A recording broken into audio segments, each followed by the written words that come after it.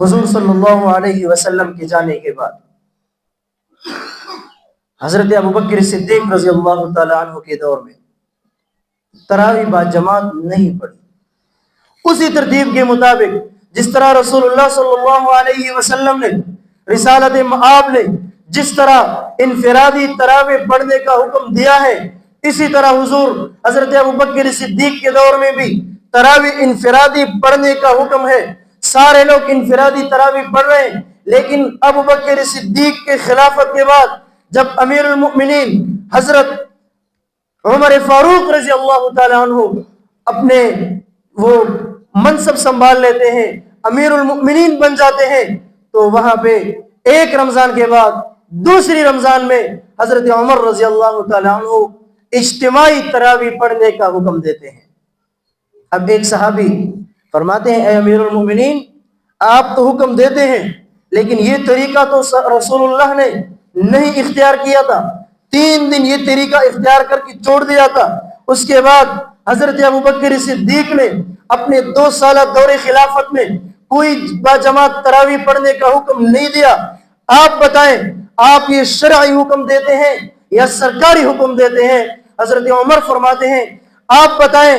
جب چوتھے دن حضور مسجد میں تشریف لائے، حدیث بتایا کہ میں چوتھے دن اس لیے باجماعت تراویح میں تشریف نہیں لایا کہ کہیں اللہ کی طرف سے حکم نازل نہ ہو، کہیں اللہ کی طرف سے وحی نہ اترے، اس چیز کا فرض ہونے کا حکم نہ دے، اس لیے میں نے تراویح باجماعت چوتھے دن نہیں پڑھائی.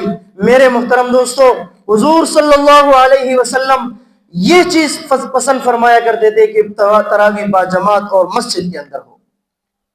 اب 3 دن کے اندر شروع میں 3 دن حضور نے باجماعت تراویح پڑھائی ہے.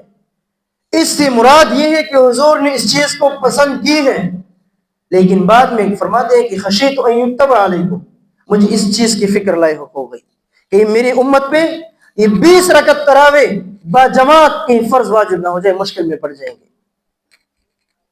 تو میرے محترم دوست، اب جب صحابہ سے پوچھتے ہیں کہ آپ بتائیں، حضرت عمر رضی اللہ تعالیٰ عنہ فرماتے ہیں کہ آپ بتائیں، جب حضور صلی اللہ علیہ وسلم یہ حدیث ہمیں سنا رہے تھے، ہمیں بتا رہے تھے، اس وقت میں موجود تھا یا نہیں؟ صحابہ فرماتے ہیں بے شک آپ موجود تھے. فرماتے ہیں کہ حضور نے اس لیے حکم نہیں دیا، باجماعت تراویح پڑھنے کا حکم اس لیے نہیں دیا کہ کہیں اللہ کی طرف سے وجوب کا حکم نہ آئے، کہیں اللہ کی طرف سے فرضیت کا حکم نہ آئے. اب میں یہ چاہتا ہوں کہ حضور کا یہ پسندیدہ عمل ہم دوبارہ اپنائیں، ہم دوبارہ اپنی زندگی میں لائیں. اور آج کے بعد حضرت عمر فاروق رضی اللہ تعالیٰ عنہ اعلان فرماتے ہیں کہ کل سے تراویح ہم باجماعت نماز کے اندر ادا کریں گے. تو یہ تراویح باجماعت ادا کرنا حضرت عمر فاروق رضی اللہ تعالیٰ عنہ نے اس چیز کو دوبارہ زندہ کیا. اب سوال اٹھتے ہیں